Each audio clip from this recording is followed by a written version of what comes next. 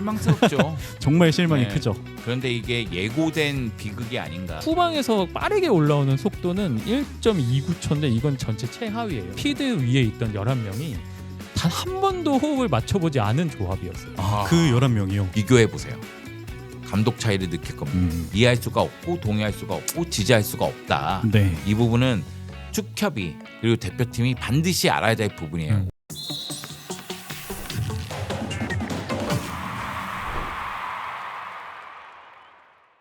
여러분 안녕하십니까? EPL의 뜨거운 이슈를 구워보는 PLBQ, 저는 진행을 맡은 정성욱입니다. 자, 계속해서 북중미 월드컵 특집 이제 마무리를 좀 하려고 합니다. 무거운 마음으로 조금 이 자리에 오게 됐는데 대한민국 대표팀에 대한 리뷰를 좀 하도록 하겠습니다. 오늘 함께할 두 분 소개하겠습니다. 송영주 해설위원 그리고 박문수 해설위원 모셨습니다. 안녕하십니까? 네, 안녕하세요. 네, 반갑습니다. 자, 우리 대한민국 대표팀 표정이 조금 무겁죠. 네. 우리나라 대표팀 뭐 많은 다른 콘텐츠에서도 다들 많이 다루셨을 거고 이미 또 다른 콘텐츠들에서 이 문제에 대해서 여러 번 언급을 하셨을 겁니다. 그래도 저희도 한번 이걸 짚어가면서 얘기를 좀 하면서 마무리를 짓도록 하겠습니다. 대한민국 대표팀이 A조에 속했었죠. 1승 2패를 거뒀습니다. 그리고 조 3위로 정말 많은 경우의 수, 우리가 막 빙고판도 막 내보이고 정말 많은 경우의 수를 따지면서 다른 나라 경기들 엄청 챙겨봤지만 결국 32강 토너먼트 진출 실패, 아쉽게 귀국을 하게 된 대한민국 대표팀입니다. 오늘 좀 얘기를 해볼 텐데요. 일단 송 의원님, 우리 대표팀 월드컵에서의 모습 어떻게 보셨는지. 실망스럽죠. 정말 실망이 네. 크죠. 그런데 이게 예고된 비극이 아닌가 그런 음. 생각이 들어요. 홍명보 감독이 선임될 때부터 불공정, 불공평 얘기가 있었고요. 그리고 평가전을 제대로 치렀나 이렇게 되새김질 해보면은 평가전도 다 문제가 있었다는 생각이 들어요. 그 가운데 체코전에 우리가 좀 취했었거든요. 체코를 상대로 2대1로 승리를 거두면서 우리가 이러면은 32강은 뭐 당연히 진출하고 그보다 더 높은 곳을 봐야 되겠구나. 그런데 이제 멕시코전부터 패배하기 시작해서 남아공전까지 패배를 했고, 그리고 뭐 경우의 수 같은 경우에는 사실은 뭐 9가지 경우의 수가 있다 막 그러면서 얘기를 했긴 했지만 각조 3위 중에서 상위 8팀이 32강 갔거든요. 근데 그 기준이 A조에 있는 우리 팀이 된 거예요.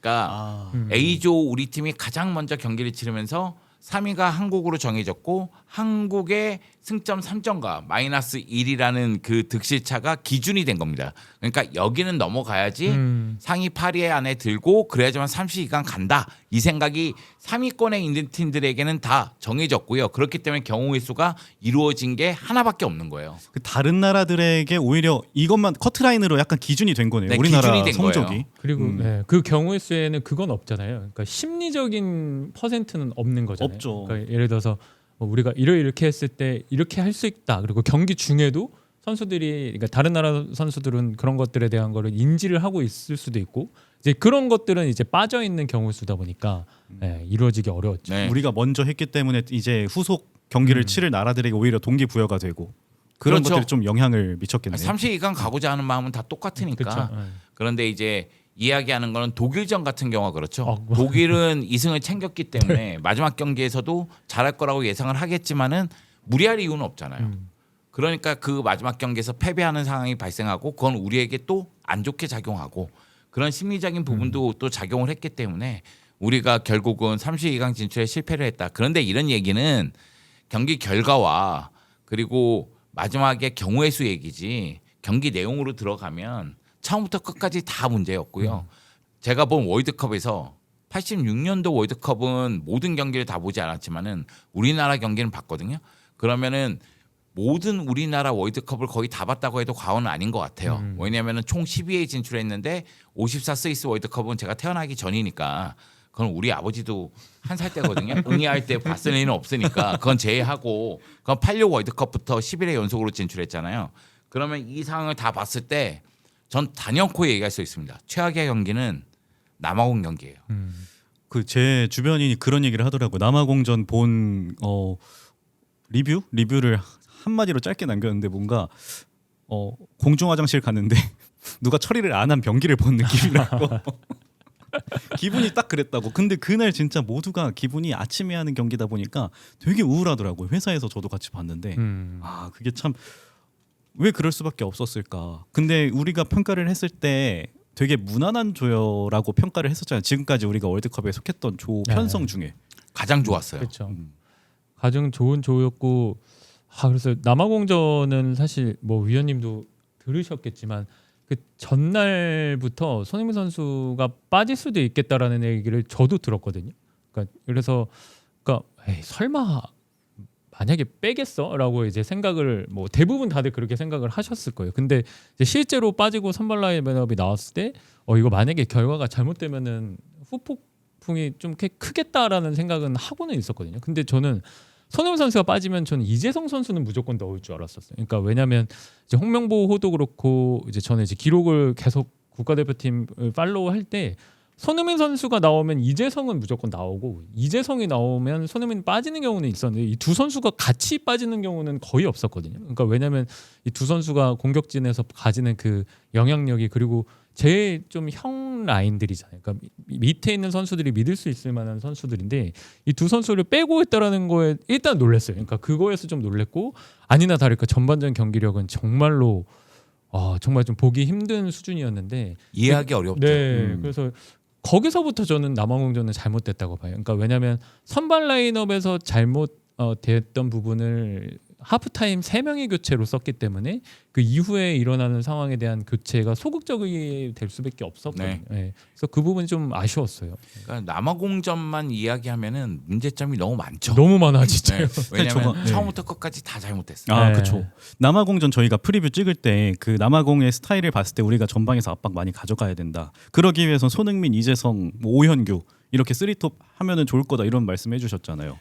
제가 이번 월드컵 경기 3경기 보면서 홍명보 감독은 세트 메뉴로 생각한 것 같아요. 그래서 손흥민, 이재성이 세트, 그리고 오영규, 황희찬이 세트, 그리고 조규성, 엄지성이 세트라고 봐요. 그래서 요렇게만 계속 같이 교체를 하는 그런 느낌이 들었거든요. 체코전부터 생각해 보면 그러네요. 네, 그런 느낌이 있는데 저희가 아마 이 방송에서도 이야기를 했겠지만은 평가전에서 왜 오영규하고 손흥민 공조는 테스트하지 않았느냐, 옌스는 왜 왼쪽 윙백으로 테스트를 많이 하지 않았느냐 이런 이야기를 했던 기억이 나요. 그러니까 테스트 자체가 안 돼 있기 때문에 발을 맞춰온 경험이 없기 때문에 결국은 궁여지책으로 이렇게 가는 건가 그런 생각이 들었을 정도니까요. 그리고 체코전 승리 그 경기도 선제골 내줬죠. 세트피스 조심해야 된다고 했는데 세트피스 수비에 문제가 있었죠. 롱스로인에 의해서 헤더골을 허용했으니까. 근데 황인범 선수가 한 골 한 개의 도움을 기록하면서 경기를 뒤집었단 말이에요. 근데 한번 생각해 보면 체코는 준비가 안 되어 있는 팀이었어요. 플레이오프로 뒤늦게 왔고 베이스 캠프도 저지대에 있었고 그러니까 고지대에 대한 적응이 아예 없었던 팀이에요. 결국은 체코는 체력적인 문제를 이번 대회에서 계속 드러냅니다. 그래서 무너지고 말았거든요. 그러니까 우리나라 입장에서는 조편성도 좋았고 이동거리도 좋았고 그리고 한 2주인가 3주 전에 베이스 캠프 차리면서 고지대 적응도 했고 여러모로 상황은 너무 좋았어요. 그리고 첫 경기 승리했단 말이에요. 근데 두 번째 멕시코 경기에서는 우리 실수인데 이기혁 선수하고 김승규 골키퍼가 충돌하면서 결국은 실점했는데 그 경기는 아기레 감독이 워낙에 1대1로 압박하면서 진흙탕 싸움을 잘하거든요. 그래서 그렇게 끌고 들어간 효과다 이런 생각이 좀 있었어요. 그런데 그 경기에서도 가만히 생각해 보면 손흥민 선수 굉장히 빨리 뺐어요. 맞아요. 그래서 그거에 대해서 사람들이 이거 너무 빨리 뺐는데 이거 첫 번째 경기에서 손흥민 빼고 오영규 넣고 오영규가 골 넣어가지고 그 효과 때문에 그런가? 그런데 남아공 경기는 경기 전에 2-3명 정도 교체할 것이다. 여기에 손흥민이 들어갈 거라고 많은 분들이 생각하지 못했거든요. 근데 손흥민 이재성을 뺐어요. 근데 우리가 많은 부분에서 손흥민 이재성 선수를 그냥 마냥 좋아해서 선발로 써야 된다는 얘기가 아니라 이 선수가 갖고 있는 무게감이 있어요. 그러니까 선수가 자신의 경력에서 쌓은 무게라는 게 있단 말이에요. 그 무게감은 강력한 무기가 됩니다. 손흥민 선수가 프리미어리그에서 득점하고 월드컵에서 그동안 원더골도 넣고 이런 모습들을 상대가 알고 있기 때문에 경계 대상 1호라고 생각하는 거예요. 그리고 손흥민 선수가 수비를 끌고 다닐 수도 있고 뒷공간으로 들어가잖아요. 뒷공간으로 들어가면 라인이 파괴가 돼요. 그 효과가 있거든요. 이재성 선수하고 그런 면에서 호흡이 굉장히 좋았거든요. 근데 이 두 선수를 뺐어요. 그리고 나서 선발 라인업을 잘못 썼기 때문에 이야기하셨다시피 교체 카드를 3장을 무의미하게 썼어요. 그 가운데 김민재가 부상을 당하죠. 그래서 박진섭이 들어가요. 그래서 박진섭을 공격적으로 쓰려고 하나? 왜냐하면은 이제는 공격이 필요하니까 네. 포백으로 바꾸면서 더욱더 공격적으로 가려고 하나? 아니었어요. 센터백으로 가죠. 네, 센터백으로 그냥 들어갔어요. 근데 한번 생각해 보세요. 만약에 김민재를 빼고 다른 선수를 넣어야 되는 상황이라면 김민재가 부상이니까 그러면은 공격이 필요하기 때문에 차라리 거기서 엄지성을 넣던가 아니면 양현준을 넣던가. 왜냐하면은 결국 마지막 카드는 조규성이라는 게 다 알고 있었기 때문에 마지막에는 높이 공략을 해야 되니까 그럼 측면에서 올릴 수 있는 자원을 넣어야 될 거 아니에요. 크로스를. 근데 거기서 박진섭을 넣음으로 인해서 조규성을 넣어도 무용지물이 돼버리는 거예요. 왜냐하면 측면에서 양질의 코스가 올라가기 어려우니까. 그러면 돌아 다시 들어가면 결국은 야 이거 선발 명단부터 잘못돼서 교체 카드를 다 잘못 썼구나. 이게 되는 거고 또 다시 돌아 들어가면 평가전 준비를 제대로 못해서 결국은 세트 메뉴를 지금 계속 쓰고 있구나. 또 들어가면 감독을 잘못 선임해가지고 결국 이 지경까지 왔구나. 이렇게 되는 거예요. 그러니까 파면. 네. 팬들 입장에서는 결국은 감독 선임부터 문제였던 게 결과가 이렇게까지 됐고 또 하나 큰 문제가 뭐냐면 그 경우의 수예요. 사실은 기분 나쁜 패배를 당했을 때 빨리 있는 게 좋거든요. 빨리 있고 싶죠. 나도 일상으로 돌아가고 싶으니까. 근데 경우의 수를 다 따져야 되는 상황이 된 거야. 9경기를. 그러니까 타팀 3위 할 수 있는 팀들 경기를 다 보고 있는 거예요. 그 경기를 볼 때마다 남아공 경기를 되새김질이 되면서 계속 기분 나쁜 게 살아나는 겁니다. 그 불쾌함이 가중이 된 거네요. 네. 9경기 하면서 계속. 그리고 활용점정은 홍명보 감독의 태도였죠. 마지막 기자회견. 네. 오기 전에 녹화본 약 104초인가? 네. 2분이 되지 않는 그 사과문 발표도 문제였고 그리고 귀국해서 차까지 가는데 30초 동안 걸어가는 과정도 문제였고 그러니까 사실상 자기의 입장을 좀 네. 발표를 하긴 했는데 그러니까 여러 가지 위협적인 문제가 있고 협박이 있다 보니까 가족을 지키고 싶었다. 그래서 미국으로 갔다는 얘기를 하긴 했는데 청문회 오겠다고 얘기를 하긴 했지만은 이 과정들을 봤을 때 팬들이 어떤 시선으로 보겠어요. 맞아요. 사실 결승전까지 가서 우승 실패해도 감독은 사과합니다. 그게 감독 자리예요. 예. 그리고 그 사과는 마음에서 우러나오도록 사과를 합니다. 진정으로 미안함을 표시한단 말이에요. 그런데 말로는 내가 다 책임지겠습니다 해놓고 사과문 발표도 그렇고 귀국해서도 그렇고 귀국하고 나서 LA로 떠나는 과정도 그렇고 그 모든 게 팬들이 보기에는 불만이 더 증폭될 수밖에 없는 그런 상황이 된 거죠. 성의가 없어 보이고 그 녹화한 것도 성의가 없어 보이고 거기서 태도도 좀 문제였고 사실 사과문 발표도 네티즌 수사대가 조금 GPT 검증을 해봤는데 89%라고 하더라고요. 그렇게 하지 않았는가 의심 뭐 아니겠죠. 아니지만 저는 우리나라 국민들이 다 양반이라고 생각해요. 물론 조상을 따지고 가면은 양반이 아닌 분들도 있겠지만 다 양반이라고 생각해요. 그래서 진심으로 사과를 하면 받아주고 맞아요. 그리고 뭔가 더 슬픈 일이 있으면 이해하고 이런 자세가 있어요. 책임지겠다고 했잖아요 처음에. 그런 자세가 아니잖아요. 그렇죠. 말로는 책임진다고 하는데 이건 그 자세가 아닌데 맞아. 그러니까 연봉이 얼마다 이야기 나오죠. 그리고 축협 이야기가 또 나오기 시작하죠. 그렇게 되는 거예요. 그러니까 일을 왜 여기까지 끌고 오나 그런 생각이 좀 들 때도 있어요. 그러니까 처음부터 잘못됐기 때문에 마지막도 잘못된 건 맞는데 가운데에서 뭔가 바꿀 수 있는 그 찬스들을 다 놓친 것도 있거든요. 그러니까 결국은 근본적으로 축협의 문제라는 걸 이제 모두가 알고 있잖아요. 모두가 알죠. 그리고 이제는 축협부터 다 바꿔야 된다는 걸 공감대가 생겼잖아요. 정치권이 들어오기도 했고 물론 이제 문체부 장관이 빠지기도 했지만은 네. 정치권도 들어온 거잖아요. 감사한다고 하고 다 얘기했잖아요. 이거는 제가 생각할 때는 너무 오만방자한 행동으로 무능의 끝을 보여줬고 너무 게을렀고 그러다 보니까 일이 이 지경까지 온 것이 아닌가. 예상된 파국이었다 이렇게 말을 해도 과언이 아닌데 사실 그 감독 선임부터 얘기하면 그거부터 문제였잖아요. 클린스만 이후에 클린스만 그렇죠. 감독도 네. 문제였지만 그러니까 네. 아까 저도 위원님이 처음에 서두에 얘기하셨던 말이 저는 제일 좀 공감이 가는 게 그동안의 협회가 뭐 물론 홍명보 감독의 이번 대회에서의 기용이라든가 전술적인 문제도 있지만 그 사실 클린스만 감독이 있었을 때부터 그러니까 아시안컵에서도 그렇고 그러니까 그때까지 뭔가 이 대표팀이라는 게 과연 어떠한 연속성이 있고 이번 대회를 어떻게 준비를 했으며 뭐 예를 들어서 실패를 하더라도 어떤 교훈을 얻었고 뭐 그런 것들이 있잖아요. 이번 세대에서는 우리가 여기까지 하면 뭐 된다. 그리고 어떤 세대들이 있고 우리가 또 다음 세대가 있다. 이러면 이 세대들한테 경험을 주고 또 다음 세대는 너희들의 대회다. 뭔가 이런 식으로 뭔가 연결이 됐으면 그래서 저는 아시안컵이 전 너무 아쉬웠어요. 네, 아쉽죠. 그러니까 그때도 사실 보면 클린스만 감독에 대한 전술에 대한 비판도 많았고 자세히 보면 그때도 교체로 들어간 선수들이 득점을 꽤 많이 올렸어요. 그리고 경기 후반에 득점이 많이 오르고. 근데 그런 이유들을 보면 그러니까 말 그대로 그 해조 축구 있잖아요. 그러니까 그런 것들로 득점이 이루어졌고 뭐 물론 아시아권의 국가니까 그게 통해서 4강까지 준결승까지 간 거라고는 보는데 그러니까 이런 부분들이 뭔가 감독들이나 협회 차원에서 뭔가 확실하게 밀고 나가는 우리나라의 방향성은 이거야. 우리나라의 목표는 이거고 이런 것들이 국민에게 전혀 축구적으로 다가오지 않았다라는 게 저는 이번 대회에 그냥 축적되어 있는 뭔가 마지막 페이지의 결말이지 않았나라는 게 보여져요. 그런 것 같아요. 제가 생각할 때는 잘못을 반복하고 있다는 거에 대한 피로감 그것도 큰 것 같아요.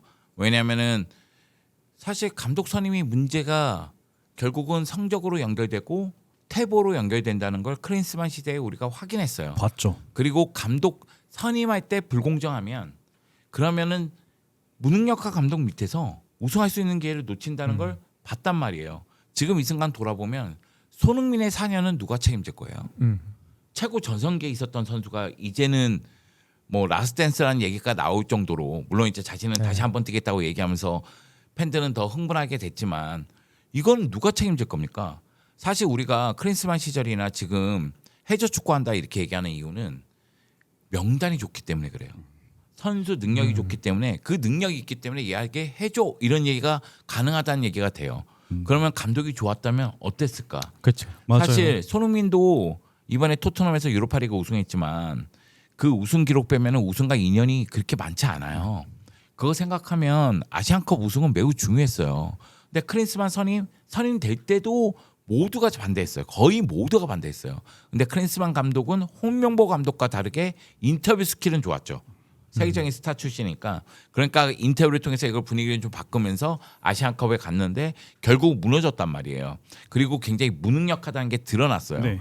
그런데 결국은 자신이 잘못을 인정 안 하고 선수단 내부에 문제가 있었다. 마찰이 있었다. 이런 식으로 이제 무마시키면서 떠나갔거든요.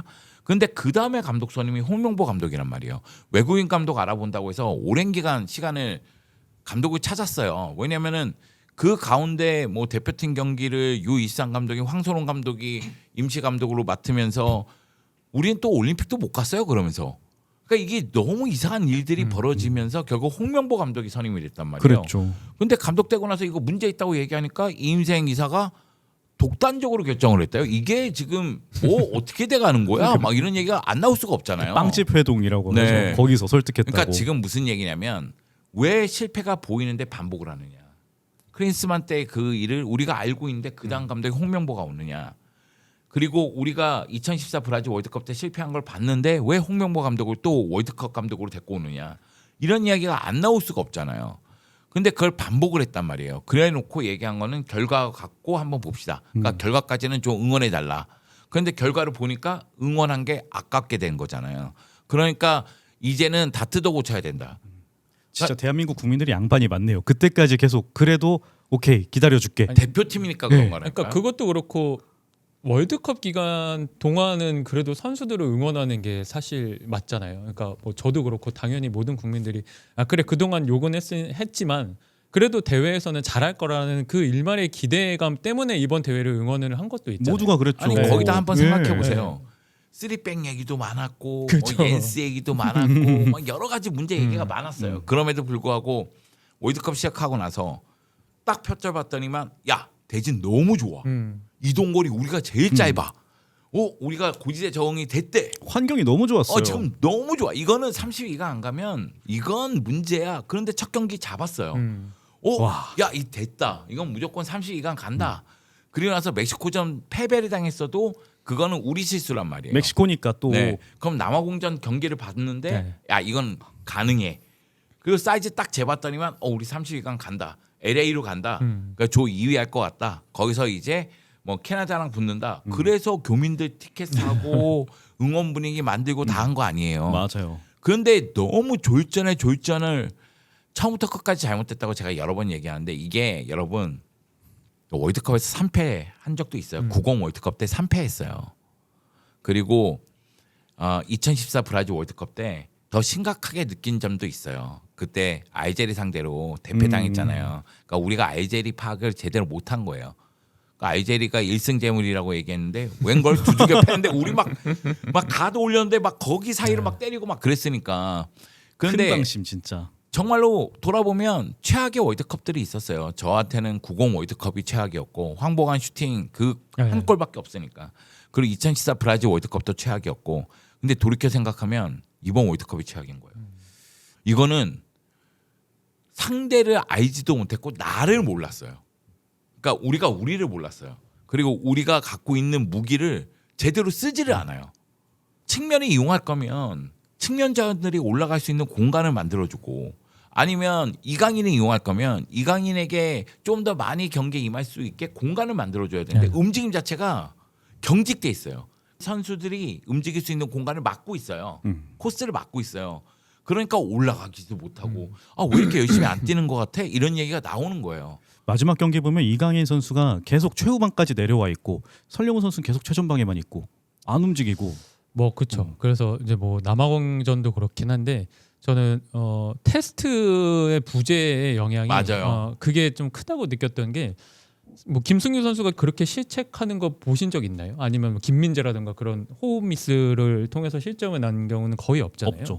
근데 이기혁 선수를 사실 테스트할 만한 기회는 여러 번 있었고 물론 뭐 동아시안컵에서도 네. 있을 수도 있었고 그리고 이기혁 선수 뭐 갑자기 올해 뭐 갑자기 뭐 혜성처럼 등장한 선수나 뭐 전혀 아니고 꾸준했죠. 이기혁 선수는 2024년도에 패스 시도 K리그 1등입니다. 그리고 클리어링도 가장 많이 한 선수고 2025년도에는 롱패스 수비수 중에 가장 많은 롱패스를 한 선수예요. 그러니까 뭐 K리그를 조금이라도 봤다고 하는 사람이라면 이기혁 선수가 얼마나 대표팀에 뽑힐 만한 선수다라는 건 이미 알고 있었는데 검증이 됐죠. 그러니까 뭐 그동안 뭐 사실 김주성이라든가 김태현 선수를 미리 썼고 그 선수들의 뭐 부상으로 인한 이탈이라는 것도 감안을 하지만 그래도 그 전에도 같이 뽑으면서 그러니까 대표팀에 올라갈 수 있을 만한 풀이라는 게 있잖아요. 그러니까 풀이라는 게 있으면 뭐 이 선수가 빠졌을 때 이렇게 대처한다. 뭔가 이런 게 좀 장기적으로 그러니까 2차, 3차 뎁스가 여러 뎁스가 있어야 된다고 생각을 하거든요. 근데 그래서 우리가 저번에 이 대회 얘기할 때도 뎁스가 강한 팀이 이번 대회에서는 상당히 좀 좋을 것이다. 그러니까 이래서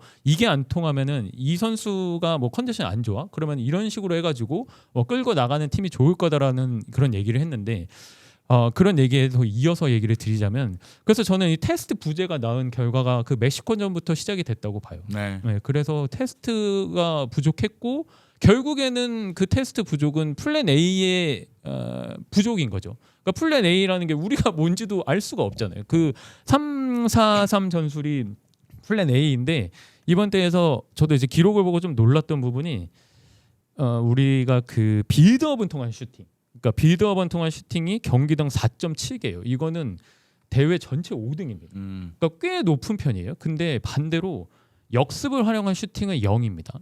그리고 볼 전개 속도, 그러니까 후방에서 빠르게 올라오는 속도는 1.29초인데 이건 전체 최하위예요. 그러니까 전술이 그냥 딱 그거 하나라는 거예요. 뒤에서 패스하다가 백승호 선수, 황희문 선수 패스하다가 그냥 빌드업 많이 해가지고 올려서 끝난다. 그러니까 뭔가 전술적인 플랜이 그거 하나이고 아까 말씀하셨던 세트 메뉴로 들어가는 교체 말고는 그 다른 공격 루트가 없는 거였죠. 근데 이거에 대해서 남아공 감독은 알고 있었고 그렇기 때문에 경기 끝나고 그렇게 얘기한 거예요. 예상한 대로 나왔다고. 왜냐면은 앞에서 눌렀거든요. 땡큐죠 남아공은. 그러니까 한국 입장에서는 후방에서 볼을 돌려야 했고 그게 황인범에게까지는 가야 돼요.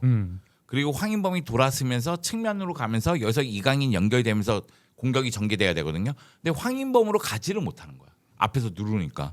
그러면은 그냥 뒤에서 멀뚱멀뚱 볼만 돌리고 있는 거예요. 네. 그런 상황이 계속 반복이 된 거예요. 그래서 이강인이 내려왔고 황인범 나갔고 앞으로 네. 그런 식으로 근데 했던 거죠. 제가 느끼기에는 그런 건 있어요. 그러니까 뭐냐면 뭐 3백 쓴다고 해서 답답하지만 3백 고집한다면 3백을 극대화시키면 돼요.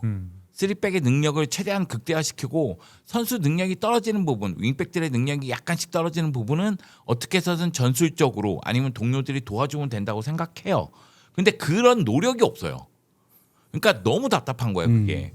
그러니까 우리가 아까 얘기했지만 결국 이기혁 선수하고 김승규 골키퍼의 실수잖아요. 근데 뭐 누가 더 큰 실수를 했다 이렇게 얘기하고 싶진 않고 이거는 그 전에 발을 맞춰봤어야 되잖아요. 그런데 만약의 경우 홍명보 감독 입장에서 김태현 선수가 부상이 아니었으면 이기혁 선수를 썼을까요? 안 썼죠. 저는 안 썼을 것 네. 같아요. 근데 이기혁 선수가 나와서 너무 잘해줬단 말이에요. 그러니까 1차 빌드업에서 이기혁 선수가 갖고 있는 능력이 있어요. 패스앤 무브가 되거든요. 그 시야가 넓어요. 대각선 패스도 되고. 그런 측면에서 이기혁 선수가 발견이 된 거예요. 그러니까 얻어 걸린 거예요. 제가 보기엔. 그런 느낌이 있어요. 그런데 결국은 두 번째 경기에서도 공격이 제대로 됐느냐? 공격이 안 됐어요. 그러면 공격 쪽에 대한 생각을 가져야 될 거 아니에요. 우리의 무기를 어떻게 극대화시킬 것인지. 근데 세 번째 경기 선수 교체만으로 그게 해결되나요? 안 되죠. 그러니까 이런 얘기가 나오는 거예요. 아니 평가전 때 대체 뭘 한 거지? 심지어 그 말씀하신 그 홍명보 감독의 머릿속에 있었던 그 세트로 예상되는 거도 남아공 때는 본인이 세트 내보내려다가 헷갈린 것 같아요. 그리고 제가 이재성도 얘기하기엔 인터뷰 스킬이 너무 떨어지기 때문에 네. 그 마지막에 그랬죠. 오영규가 그럴 줄 알았냐 네. 막 이런 내용 말씀하시는 그것도 거죠.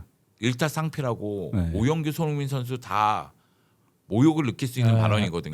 그러니까 감독이 자기를 설명하기 위해서 이야기하는 건 알겠는데 그런 식으로 이야기하면 안 되는 거죠. 그러니까 무슨 얘기인지는 알겠어요. 그러니까 누구를 투입했을 때 그 선수가 좋은 활약을 할 수 있는지 장담할 수는 없다. 그러나 그걸 기대하면서 투입하는 거다. 뭐 이런 얘기 같아요. 그런데 아다르고 어다르다고 저도 마실수 되게 많이 하거든요. 근데 저보다도 더 네, 그런 생각이 들어서 좀 답답했어요. 이번 월드컵은. 좀 아쉬웠던 부분이 뭐 여러 가지 있지만 저는 그 오히려 오영규 선수가 교체로 들어가서 득점이 됐던 부분이 독이 된 것 같아요. 그러니까 왜냐하면 교체로 들어가서 골을 넣었기 때문에 뭐 두 번째 경기, 세 번째 경기 모두 그러니까 다 전반에 무득점이었잖아요.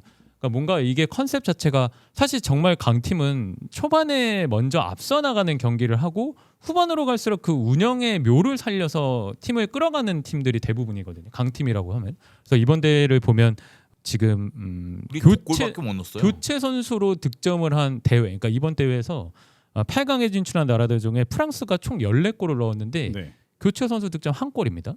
그리고 아르헨티나도 14골 넣었는데 교체 선수 득점 1골. 잉글랜드, 스페인 모두 다 교체 선수 득점은 1골이에요. 그러니까 나머지는 다 이제 선발로 나온 선수들이 다 골을 넣고 먼저 앞서간다는 얘기거든요. 죄송합니다. 제가 웃은 게 우리도 교체 선수 득점 1골이에요. 그렇죠. 그렇네요. 오영규 선수. 네, 맞네요. 근데 50%라서 문제지. 그렇죠. 나머지 표본이 좀 다르죠. 네. 그래서 오히려 그런 부분이 좀 악수가 되지 않았나? 그러니까 오히려 첫 경기에서 이게 되네? 라는 거를 맛보니까 점점 손흥민 선수의 출전 시간이 줄어들면서 급기야는 마지막 경기는 선발에서 빼는 결정이 되는 게 그 부분이 좀 근데 이런 결정들이 제가 볼 땐 진짜 이해가 안 되는 게 우리는 홍명보 감독이 계속 월드컵을 준비를 했잖아요. 근데 이런 월드컵 본선에서 이런 계속 결정들, 교체되는 내용들 이런 거 보는 게 약간 월드컵 중간에 경질돼서 새로운 감독이 와서 하는 것 같아요. 선수 기용을 하는 걸 보면 아무것도 몰라서. 그러니까 이게 뭐냐면 우리가 우리를 몰랐다니까요. 감독이 우리를 몰라요. 그 준비 과정이 다 있었는데. 네. 저는 사실은 그런 면은 있어요. 뭐 선발이든 교체든 그건 감독의 고유 권한이에요. 네. 그렇기 때문에 감독이 생각하는 부분이 있으니까 그렇게 할 거라고 생각을 해요. 그래서 그건 존중한다는 생각을 갖고 있는데 이번에는 이해가 너무 안 가는 건 그러니까 오영규 선수 선발로 쓸 수 있죠. 근데 황희찬 선수가 그동안 해온 건 많지만 이번 월드컵에서 폼이 좀 안 좋았거든요. 근데 황희찬 선수를 같이 기용 그래서 제가 세트맨이라고 한 거예요. 네. 그래서 제가 봤을 때는 이건 너무 약간 도박에 가까운 행동을 한 거 아닌가?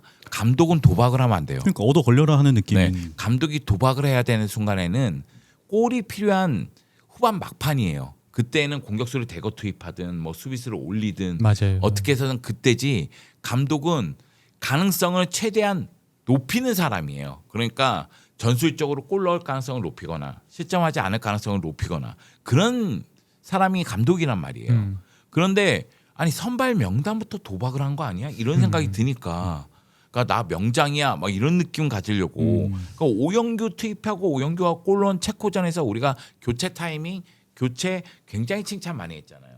그런데 그거는 결과론적인 측면도 있지만 효과를 봤기 때문에 얘기하는 거잖아요. 맞아요. 그러니까 공격 쪽에서의 효과.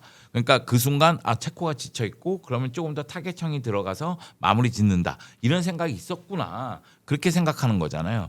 근데 멕시코전이라든가 아니면은 남아공전 보면은 전체적으로 공격 전술이 안 되고 있고 그리고 여기서 이 선수들을 쓰는 게 맞나 이런 의문이 들고 그리고 결과론적으로도 또 안 따라오고 그러니까 내용과 결과가 다 안 좋으면 이거는 당연히 감독 책임이죠. 그러니까 체코전의 교체와 남아공전의 교체는 전 결이 완전히 다른 달라요. 교체라고 생각해요. 네. 그러니까 체코전의 후반 교체는 사실 전반 경기력이 나쁘진 않았어요. 그러니까 슈팅 숫자도 전반에 거의 한 9개 가까이 했거든요, 한국이. 그러니까 뭔가 흐름이 올라가고 있는 상태에서 방점을 찍기 위한 교체가 체코전이었다고 하면 남아공전은 완전 전반에 정말 졸전에 가까운 경기력이다 보니까 이게 뭔가 응급 조치라고 해야 되죠. 네. 그러니까 뭔가 극단의 조치를 해야 돼서 한 교체라고 봐서 사실 그런 부분 때문에도 효과를 드러내지 못했고 또 하나 이건 저도 좀 찾으면서 좀 놀라운 부분이었는데요. 그 박진섭 선수가 들어간 이후에 그 65분부터 경기가 끝날 때까지의 우리나라 선수들이 피드 위에 있던 11명이 단 한 번도 호흡을 맞춰보지 않은 조합이었어요. 그 11명이요. 네, 그러니까 뭐 이기혁 선수, 옌스 선수 그리고 전방에 뭐 손흥민, 오현규, 뭐 조규성 선수 나중에 들어가고, 근데 같이 조합을 맞출 수 있는 조합이 아니죠, 사실. 맞출 수 없는 조합에 그리고 저는 감독이 아까 말씀하셨던 것 중에 리스크를 걸어야 되는 건 전 선발이 아니고 그런 상황에서 리스크를 감수하고 저는 바꿔야 된다는 생각을 들어요. 그러니까 우리가 왜 퍼거슨 감독을 옛날부터 명장이라고 하는 이유 중에 하나도 멀리 갈 필요도 없죠. 오늘 아르헨티나 경기 같은 거를 보더라도 뭐 로메로를 바로 올려서 그런 리스크는 그때 걸어야 된다고 생각하거든요. 네. 그러니까 필요할 때 거는 거예요. 네. 근데 경기 시작할 때 걸 이유는 없거든요. 아 그리고 전 너무 이해가 안 가는 게 체코전 그 시스템이 뭐 그 전술이 뭐 엄청 좋다고 보기도 어렵지만은 이게 멕시코전도 이어지고 남아공전도 이어져요. 그러니까 우리가 플랜 A가 무슨 뭐 가르디올라급이 아니잖아요. 그러니까 우리 플랜 A가 엄청나게 강한 게 아니잖아요. 스스로 3백을 쓰는 게 월드컵에서는 강팀이 많기 때문에 수비 쪽에 집중하면서 역습으로 효과적으로 골을 넣어야 된다. 그게 이제 3백을 쓰는 이유였잖아요. 그러면 상대에 따라서 우리도 변해야 될 거 아니에요. 그리고 나서 뭔가 가져가야 될 거 아니에요. 물론 플레인 A에서 변화를 못 준다고 치면 후반전엔 또 변해야 될 거 아니에요. 그런 모습이 없어요. 그리고 또 한 가지는 남아공전도 사실은 0대1 상황에서 포메이션 변화 주고 승리하기 위해서 사력을 다해야 됩니다. 월드컵 지금 우리가 결과론적으로 3경기 치는 거잖아요. 조별리그 3경기예요. 우리가 뭐 우승 노리는 팀도 아니에요. 그래서 야 우리의 컨디션은 한 16강부터 올라와서 그때부터 탄력받아서 8강 가고 막 이런 게 아니란 말이에요.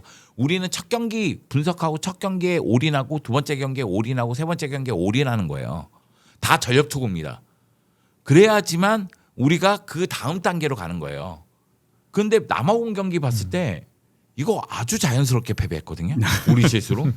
그러니까 그 순간 나는 머릿속에서 아마도 경기 분위기상 그 경기에서 2골 차 이상으로 치면 다음 경기에 영향을 받을 수 있다고 생각해서 그러나 남아공은 확실히 잡을 수 있으니까 그렇게 생각한 건가? 근데 남아공 경기 보면서 그게 아니었어요. 그냥 수수방관이에요. 이거. 네. 그러니까 나는 이렇게 짰으니까 이렇게 해줘 하고 수수방관으로 지켜본 거예요. 이건 내가 생각할 때는 너무 심각하지 않았나.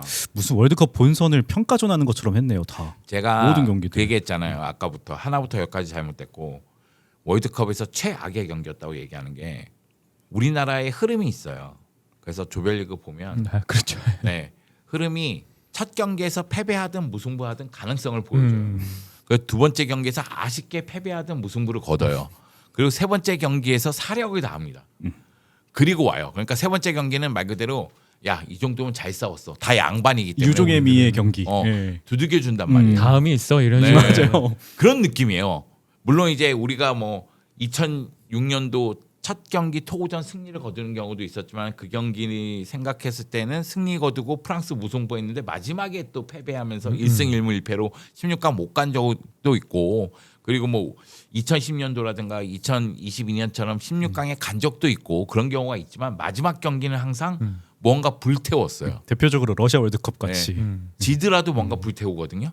근데 이 경기는 조별리그 마지막 경기 같은 느낌이 하나도 안 들었어요. 그러니까 사람들이 보기에는 그런 생각도 가졌을 거예요. 선수들이 열심히 안 뛴다. 선수들이 간절하지 않는 거 아니야? 선수들이 왜 그러지? 막 이런 생각을 가졌을 것 같아요. 이제까지 월드컵 보신 분들은. 왜냐하면 저는 아직도 기억하는 게 98 프랑스 월드컵 마지막 경기에서 막 붕대 투고 네. 이런 것이 다 기억나요. 94 미국 월드컵 때 황선홍 세레머니 소독전. 그러니까 진짜 울분에 차 있는 모습 있잖아요. 악에 받쳐서. 악에 받쳐서 야 우리가 더 잘할 수 있는데 이게 우리 실력이 안 나와 막 이러면서 악에 받친 그런 모습들이 기억이 나거든요. 근데 이건 아니었어요. 그러면 전반전 끝나고 뭐 감독이 나가서 싸워 이런 얘기라도 하던가 아니면 단어 이게 알지? 축구야 뭐 이런 거라도 하던가 그래서 분위기를 바꿔놔야 될 거 아니에요. 근데 이게 그냥 흘러갔다니까요. 그 얘기를 중간에 하이드레이션 때 해야 될 얘기를 무슨 뭐 대회 준비하면서 하고 그러니까. 근데 이 감독 선임에 대해서 일단 많은 문제가 있잖아요. 사실 우리나라 대표팀 지금 보면 손흥민 프라임 타임 아직 뭐 끝나지 않은 것 같고 김민재, 이강인 제가 봤을 때 뭐 외국인 감독이 능사는 아니지만 모든 감독들이 약간 지휘하고 싶어할 그런 스쿼드인 것 같은데 네. 선임들도 그렇죠. 뭐 제시 마치나 거스포엣이나 다 면접도 보고 근데 제가 보기에는 그랬다는데. 그 지금 뭐 제시마치 감독 이야기를 많이 하는데 아쉽죠. 제시마치가 캐나다에서 보여준 모습 보면 전 캐나다 경기 보면서 물론 제 얘기가 100% 맞지는 않습니다만 어떤 느낌이 들었냐면 감독이 전술을 너무 잘 짜놨어요. 근데 선수의 퀄리티가 약간 따라가지 못한다는 느낌이 들어요.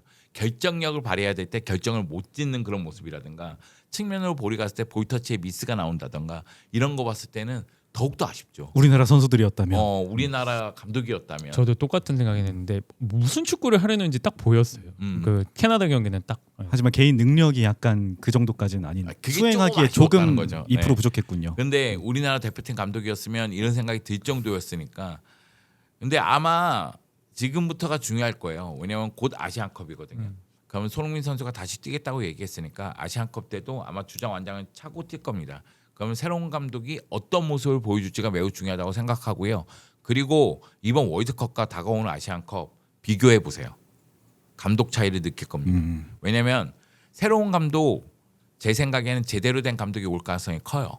지금 뭐 혁신위원회도 네, 지금 출범했고 다 눈에 불을 켜고 지켜보고 있기 때문에 여기서 제대로 된 감독이 왔을 때 우리나라 대표팀 선수들의 능력을 확인하는 무대가 될 거예요.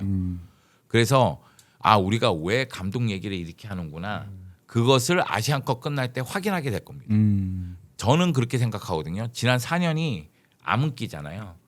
감독이 잘못됐고 축협의 선택이 잘못됐고 축협의 운영이 잘못됐기 때문에 우리가 4년을 버렸어요.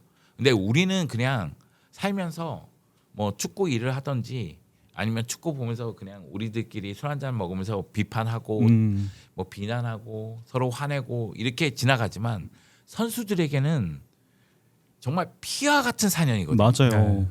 그냥 전성기가 지나가 버리는 거예요. 우승기회가 지나가 버리는 거예요. 그러면 먼 훗날 이 선수에 대해서 얘기할 때 아시안컵이라든가 월드컵이 오명으로 남을 수도 있단 말이에요. 기록들이 네, 그 기록이 그런 측면에서 봤을 때는 우리가 정말 이 소중했던 시간들을 너무 무의미하게 소비했구나 이런 생각이 들거든요. 근데 이번에 아시안컵은 제대로 한번 했으면 좋겠어요. 그래서 뭐 저는 좀 아쉬웠던 게 그래서 아까 저는 서두에 손흥민 선수, 이재동 선수 얘기를 했던 부분 중에 하나도 나올 수도 있겠죠. 뭐 다음 대회에 뭐 그거는 뭐 확실한 건 아니지만 뭐 나온다 하더라도 근데 현실적으로 뭔가 지금의 우리가 기대하고 있는 손흥민 선수와 이재동 선수가 국가대표팀에 헌신하는 그런 활약이나 이런 모습들을 볼 확률이 줄어드는 건 사실이잖아요. 근데 네. 뭐 이제 다른 종목에 뭐 비유를 하자면 예를 들어서 야구 같은 경우에도 뭐 7회에서 8회 뭐 젊은 투수가 올라와서 뭐 좋은 활약을 보이다가 마무리 투수가 야 그 다음 자리는 너야, 너가 이제 이 팀의 마무리야 이런 식으로 넘겨준다든가 뭐 그리고 뭐 신인 타자가 6번 7번에서 뛰다가 이제 4번 타자가 일본이 그런 게 좀 많거든요. 일본의 뭐 요미우리의 4번 타자 뭐 이런 식으로 뭔가 그래도 그래 이번에는 좀 졌지만 다음 때에는 얘네들이 있고 얘네들이 이런 역할들을 할 거라는 것들을 가능성을 우리 보여주죠. 국민들이 그거를 전혀 보지 못하고 비전이 없다는 거죠. 맞아요. 마지막 경기에서도 비전이 보였다면 이런 여론은 제가 아닐 얘기했잖아요. 거잖아요. 항상 마지막 경기는 불같이 타오르면서 희망을 안겨줬다니까요. 네. 야 그래도 한국 가서 욕은 먹으면 안 되지라는 뭔가 그런 진짜 투지도 보였고 여러분 한번 생각해 보세요. 98 프랑스 월드컵 때 그때 차범근 감독이 2경기 끝내고 경질됐어요. 맞아요. 그랬죠, 도중에 중간에. 네. 그리고 나서 마지막 경기에서 붕대 토론이 일어나면서 무승부로 끝났나? 벨기에랑 무승부였을 무승부전이었어요. 거예요. 유상철 선수 득점하고. 그러면 그 월드컵 평가가 어떠냐? 1무 2패일 거 아니에요. 그 월드컵 평가가 당연히 나쁘겠죠. 그런데 그 마지막 경기 치르고 나서 K리그의 르네상스가 왔어요. 그렇죠. 차범근 감독이 그때 고종수, 이동국이라는 어린 선수를 데리고 갔어요. 그리고 이 선수들이 나름대로 출전했을 때 가능성을 보여줬어요. 뭔가 보여줬죠 하나씩. 그리고 조별리그 마지막 경기에서 투혼을 봤단 말이에요. 그러니까 K리그에 붐이 일어난 거예요. 뭐 고종수, 이동국, 안정환까지 트로이카가 나오면서 붐이 일어났단 말이에요. 지금 이 순간 K리그 재개됐잖아요. 월드컵 효과? 저는 없다고 봐요. 없죠. 저도 그때 98 월드컵 때 이동국 선수 모습 보고 제 8살이었는데 그게 뇌리에 남아서 계속 그 이동국 선수가 있었던 포항 스틸러스 응원하고 그랬거든요. 그게 이동국 선수 이야기하면 좀 안 됐죠. 왜냐면 월드컵에서 기억나는 장면이 98 프랑스 월드컵 그 드롭슛 하나밖에 없으니까 네. 그 점이 좀 아쉽죠. 네, 맞아요. 왜냐면 우리나라를 대표하는 스트라이커인데 그렇죠. 운이 또 안 따르는 장면이 많았으니까요. 그렇죠. 또 그 남아공 월드컵에서 우루과이전에서 그 슈팅 회오리. 기회를 놓쳤던 장면. 근데 네. 그러니까 그런 부분들이 어찌됐든 이동국이라는 우리 한국 축구를 이끌어갈 뭔가 그 선수가 그렇죠. 등장했다라는 거. 그것만 본 것만으로도 사실 98 월드컵 때는 그런 기대감들이 있었으니까 예, 그런 게 좀 맞아요. 아쉽죠. 아쉽죠. 일단 이제 아시안컵 준비를 좀 잘 해야겠습니다. 무엇이 문제인지 본질을 좀 잊지 않고 준비를 했으면 좋겠어요. 네. 아마 다음 방송 때 얘기하겠지만 우리나라 대표팀도 이 축협 회장이 새로 오면서부터 장기적인 비전을 제시해 줘야 될 거예요. 그리고 장기적인 비전 하에서 체계를 갖춰야 될 겁니다. 네. 그래서 각 연령별 대표팀과 우리 성인 대표팀과 하나로 이루어지는 모습이 나와야 되고 모두가 한 곳을 보고 다가가는 전진하는 그런 모습이 나와줘야지 우리 축구 팬들도 이제 이해를 하지 그냥 주먹구구식으로 이런 식으로 전개해서는 이해할 수가 없고 동의할 수가 없고 지지할 수가 없다. 네. 이 부분은 축협이 그리고 대표팀이 반드시 알아야 될 부분이에요. 우리나라 스포츠 중에 제1의 스포츠는 한국 축구 대표팀이에요. 그렇죠. 그러나 지금 이 순간 위기인 게 맞아요. 맞아요. 네, 그런 측면에서 봤을 때는 그 자리가 영원불면하지 않다. 그걸 알고 있다면 지금부터 바꿔야 된다. 이런 이야기 드리고 싶습니다. 네, 마지막으로. 네. 그래서 오늘이 이제 2026년 7월 9일인데 2년 뒤 뭐 짧으면 내년도에도 똑같은 이런 말을 반복하지 않았으면 좋겠다라는 게 마지막 바람입니다. 가만히 생각하니까 나 한 19년 정도 반복한 것 같은데. 진짜 이제 더 이상 반복은 없었으면 네. 좋겠어요. 월드컵이 이렇게 끝났는데 앞으로 좀 더 잘했으면 좋겠고 아쉬움이 많은 것 같은데 앞에 얘기에 전 다 동의합니다. 저도 그렇게 생각하고 뭐 굳이 동의하지 않는 부분은 없다. 저도 다 그렇게 생각하기 때문에 앞으로 계속 잘 됐으면 좋겠습니다. 한국 축구 화이팅! 우리가 앞에 앙크 욕을 굉장히 신랄하게 했는데 다 동의합니다. 다 동의합니다. 예. 갑자기 뿅 나타났어요. 저도 그렇게 생각합니다. 예. 네, 이렇게 마치겠습니다. 지금 우리가 처한 이 상황이 한국 축구의 최저점이길 바라면서 앞으로 또 아시안컵이 이제 코앞에 남아 있으니까 어떤 게 문제인지 본질을 제대로 꿰뚫고 이것부터 해결하면서 좀 한국 축구가 긍정적인 방향으로 발전했으면 좋겠습니다. 지금까지 북중미 월드컵 대한민국 대표팀 리뷰해 봤습니다. PLB였습니다. 고맙습니다.